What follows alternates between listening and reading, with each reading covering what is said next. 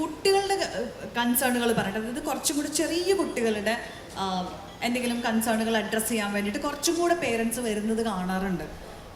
ഒരു 5-6 വയസ്സൊക്കെ ഉള്ള കുട്ടികളുടെ, ഇപ്പോൾ ലേണിംഗ് ഡിസബിലിറ്റി ഉണ്ടോ അല്ലെങ്കിൽ ADHD ഉണ്ടോ, എൻ്റെ കുട്ടിക്ക് എന്തോ ഒരു പ്രശ്നം ഉണ്ടോ എന്നൊക്കെ ചോദിച്ചിട്ട് വരുന്നത് അത് കുറച്ചും കൂടെ കാണാറുണ്ട്. ആ ഒരു ഏജ് ഗ്രൂപ്പിലുള്ള പേരൻസ് കുറച്ചും കൂടെ ഓപ്പൺ ആണെന്ന് തോന്നാറുണ്ട്. പക്ഷേ ടീനേജേഴ്സിൻ്റെ കാര്യം വരുമ്പോൾ പേരൻസ് അത്രയ്ക്ക് ഓപ്പൺ അല്ല എന്നുള്ളതാണ് എനിക്ക് പേഴ്സണലി ഫീൽ ചെയ്യുന്നത്. ഇപ്പോഴത്തെ കുട്ടികൾക്ക് എന്തിൻ്റെ കുറവാണ്, ഇങ്ങനെയുള്ള ചില സംഭവങ്ങളിൽ നമ്മളതിനെ ഇപ്പോഴും ലിമിറ്റ് ചെയ്യുന്നുണ്ടെന്ന് തോന്നുന്നു. പക്ഷെ എന്നാലും ഡെഫിനറ്റായിട്ടും ഒരുപാട് പേരൻസ് ഉണ്ട് കേട്ടോ, ഇത് അഡ്രസ്സ് ചെയ്യാൻ വേണ്ടി വരുന്നവരുണ്ട്. പക്ഷേ നന്നായിട്ട് സെൽഫ് ഹാം ചെയ്യുന്ന കുട്ടികളുണ്ട്. അവരതിൻ്റെ ഫോട്ടോസ് വരെ ചിലപ്പോൾ ഷെയർ ചെയ്തിട്ട് പറയും, ഇതുപോലും കണ്ടിട്ട് എൻ്റെ പേരൻസ് ഒരു സൈക്കോളജിസ്റ്റിനെ കാണാൻ അല്ലെങ്കിൽ ഒരു സപ്പോർട്ട് എടുക്കാൻ അവർ സമ്മതിക്കുന്നില്ല, ഇതെൻ്റെ അടവാണ്, എൻ്റെ അറ്റൻഷൻ സീക്കിംഗ് ആണെന്നാണ് പറയുന്നത്. അപ്പോൾ എനിക്ക് ശരിക്കും ഹെൽപ്പ് വേണം മാം, എന്തെങ്കിലും ചെയ്യുമോ എന്നൊക്കെ ചോദിച്ചാൽ എനിക്ക് പേഴ്സണലി പോലും ഇൻബോക്സിൽ അത്ര മെസ്സേജ് വരാറുണ്ട്. പക്ഷേ പേരൻസിൻ്റെ അറിവോ സമ്മതമോ ഇല്ലാണ്ട് നമുക്ക് പ്രത്യേകിച്ച് അതിനകത്ത് ചെയ്യാൻ പറ്റാതെ നമ്മളും പലപ്പോഴും ഹെൽപ്ലെസ് ആയി പോകാറുണ്ട്.